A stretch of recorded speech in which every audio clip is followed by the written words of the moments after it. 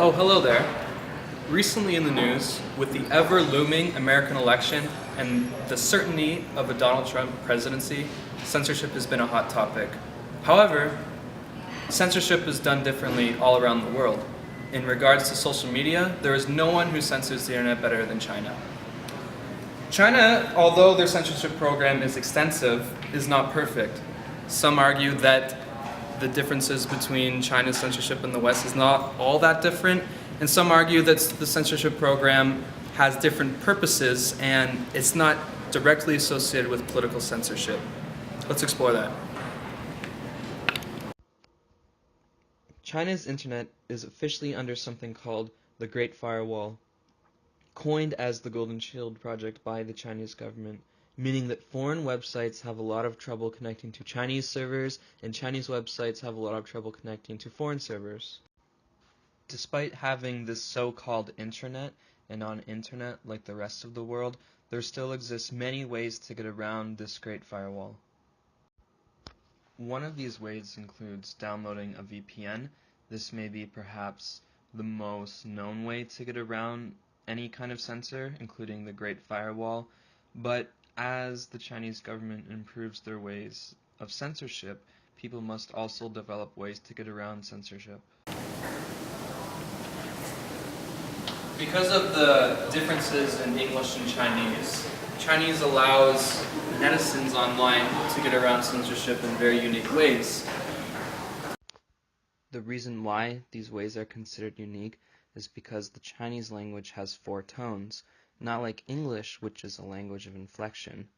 The Chinese language, if you mispronounce a word by mispronouncing the tone, it could mean a different word entirely, which can lead to some pretty hilarious situations.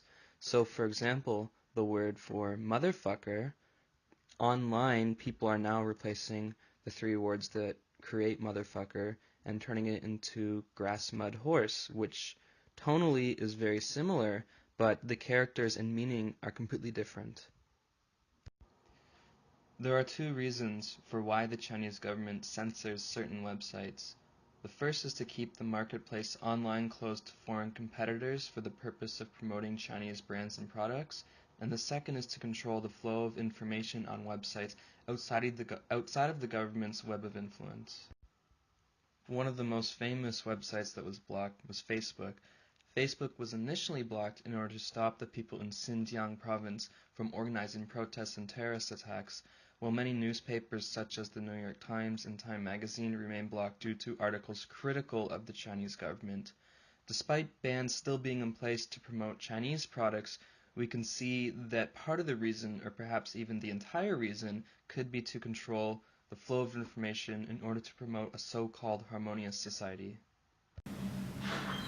Since the 1980s, China has worked very hard to open up their economy worldwide, not only for the benefit of their own citizens, but for the benefit of the Chinese government as well.